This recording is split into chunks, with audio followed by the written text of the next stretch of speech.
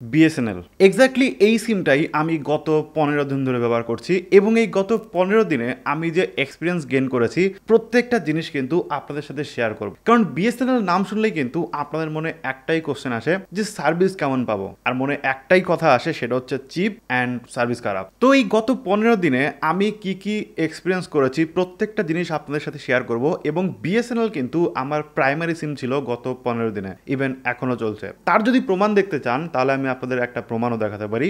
সেটা হচ্ছে আমার যে প্রাইমারি সিম আগে ছিল, মানে গত 15 দিন আগে ছিল, সেটা হচ্ছে জিও। এবং জিওর রিচার্জ শেষ হয়ে যাওয়ার পরে আমি জিওতে ইচ্ছা করে রিচার্জ করিনি, যাতে প্রয়োজন পড়লে বা না পড়লে কখনোই আমি অন্য সিম না ইউজ করতে পারি। আমি শুধুমাত্র বিএসএনএল ইউজ করব এবং বিরক্ত হলে বিএসএনএল কাছ থেকে হব এবং পরিষেবা পেলে বিএসএনএল কাছ থেকে নেব। সো যার জন্য অন্য সিমে রিচার্জই করিনি, অনলি বিএসএনএল ইউজ করছি। এবং তার যদি প্রমাণ দিতে হয় তাহলে আমি আপনাদের দেখাচ্ছি। দেখুন এখানে কিন্তু আমার সিম 1 বা সিম 2তে যে কল রয়েছে সেটা কিন্তু বিএসএনএল রয়েছে, সিম 2তে যে মেসেজ রয়েছে সেটাও বিএসএনএল রয়েছে, এবং নেট অন করলেও কিন্তু আপনি বিএসএনএল মোবাইল দেখতে পাবেন। সো দেখুন আমি কিন্তু এখানে কলিংটা জিওতে সেট করে দিয়েছি, অ্যান্ড জিও থেকে যদি আমি কল করতে নিই তাহলে দেখুন কি দেখায়। আপনার কাছে কল করার জন্য কোনো বৈধ রিচার্জ প্ল্যান নেই, অনুগ্রহ করে অবিলম্বে রিচার্জ করুন। সো জিও থেকে কিন্তু আমার এইটা বলছে যে আমার কাছে কিন্তু বৈধ প্ল্যান নেই। বাট আমি যদি বিএসএনএল থেকে কল করি তাহলে দেখুন কি বলে। সো দেখুন আমার কিন্তু বিএসএনএল থেকে কল যাচ্ছে। ওকে ঠিক আছে, কেটে দে, আমি একটা এক্সপেরিমেন্ট করছিলাম। সো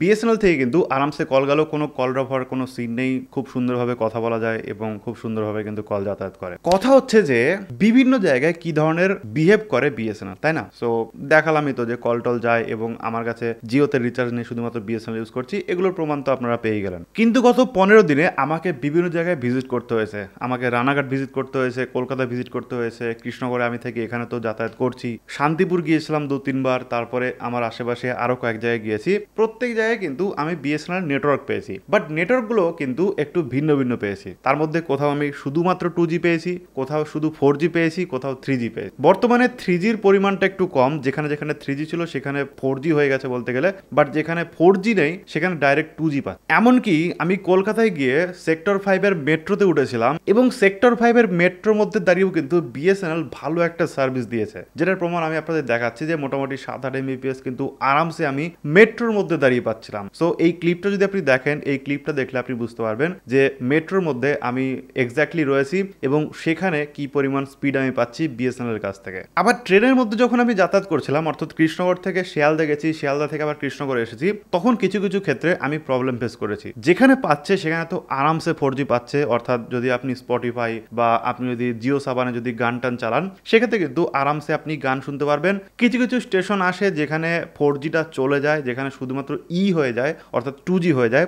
আবার একটুখানি চলার পরেও দেখা যায় যে আবার 4G হয়ে যাচ্ছে, আবার একটুখানি চলার পরে দেখা যায় যে 2G হয়ে যাচ্ছে, আবার কিছুক্ষণ চলার পরে 4G হয়ে যাচ্ছে। আবার কৃষ্ণগড়ের বিভিন্ন জায়গায় কিন্তু আমি এত ভালো 4G পেয়েছি যে আরামসে আপনি রিলস চালাতে পারবেন, আরামসে ইন্টারনেট চালাতে পারবেন, আরামসে ইউটিউব চালাতে পারবেন, 1080p কিন্তু স্ট্রিম করতে পারবেন। আবার কিছু কিছু জায়গায় রয়েছে, যেরকম কিছু কিছু গ্রামের দিকে আমি দেখেছি যে হয়ে যাচ্ছে, আবার একটু রাস্তার দিকে উঠে আসলে তখন আবার 4G পাচ্ছে, 3G পাচ্ছে না বললেই চলে। 4G এবং 2G ম্যাক্সিমাম টাইমে আমি দেখেছি। আর একটা জিনিস সেটা হচ্ছে কল ড্রপ হয় কিনা। দেখুন যদি 2G মোড থাকে তারপরেও কিন্তু কল ড্রপের কোনো সিন নেই, 4G তে তো কল ড্রপের সিনই নেই। মাঝে মাঝে এমন হয় যে নেটওয়ার্ক যেহেতু মাঝে মাঝে শিফট করে, অর্থাৎ আপনি যদি এক জায়গা থেকে অন্য জায়গায় যেতে থাকেন, অর্থাৎ বাইকে করে বা বাসে করে, সেক্ষেত্রে 4G থেকে অনেক সময় 2G হয়ে যায়, 2G থেকে অনেক সময় 4G হয়ে যায়। ওই মাঝের কিছু মাইনর টাইম হয়তো বা সামনের জন্য আপনার কথা শুনতে পাবে না বা আপনি তার কথা শুনতে পাবেন না, বাট সেটা 2-4-5 সেকেন্ডের জন্য, তারপর কিন্তু আবার অটোমেটিক সবকিছু ঠিক হয়ে যায়। বাট কল যে কেটে যাওয়া বা হোল্ড হয়ে যাওয়া বা কোনো রকম প্রবলেম হওয়া, এই ধরনের কিছু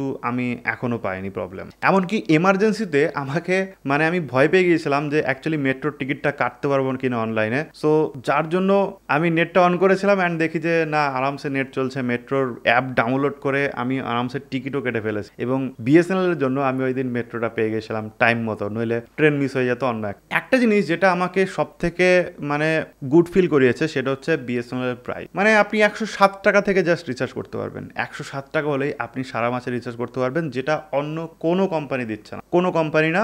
জিও ফোনে আপনি পাবেন, বাট জিও ফোনে ইউজ করতে হলে শুধুমাত্র জিও ফোন ইউজ করতে হবে, আপনি কিন্তু স্মার্টফোন ইউজ করতে পারবেন। বাট বিএসএনএল আপনি ছোট ফোন প্লাস স্মার্টফোন দুটোতেই আপনি রিচার্জ করতে পারবেন এবং ইউজও করতে পারবেন 107 টাকা রিচার্জটা। এর থেকে বেটার একটা প্ল্যান রয়েছে যেটা হচ্ছে 147 টাকা, যেখানে আপনি 10 GB ইন্টারনেট পাবেন, আনলিমিটেড কলিং পাবেন এবং 30 দিনের ভ্যালিডিটি পাবেন, যেটা অন্য কোম্পানির থেকে ফার মোর বেটার। এবং আপনি যদি কিছুটা স্যাক্রিফাইস করতে পারেন, যেগুলো আমি বললাম যে মাঝে মাঝে 2G হয়, মাঝে মাঝে 4G হয়, বাট সেটা এক জায়গা থেকে অন্য জায়গায় যাওয়া, আপনি ধরুন এক জায়গায় বসে আছেন, সেখানে 4G পাচ্ছে, সেখানে কিন্তু কন্টিনিউয়াসলি 4G পেতেই থাকবেন, এমন না যে ওইখানে বসে বসে আবার 2G হয়ে যাবে। এরকম আমার এখনো হয়নি, বাট আপনাদের হলে হতে পারে। আমার খুব কমই হয়েছে এরকম সিচুয়েশন, কিন্তু হয়েছে 2-4 বার হয়েছে, বাট এমন না যে 15 দিনই হয়েছে। সো এই হচ্ছে মোটামুটি আজকের ভিডিও। আশা করি ভিডিও আপনাদের ভালো লেগেছে। যদি ভালো লেগে থাকে অবশ্যই একটা লাইক করবেন, শেয়ার করে দেবেন আপনার বন্ধুদের সাথে, যাতে বিষয়গুলো জানতে পারে, শিখতে পারে। থ্যাংক ইউ সো মাচ ভিডিওটা দেখার জন্য।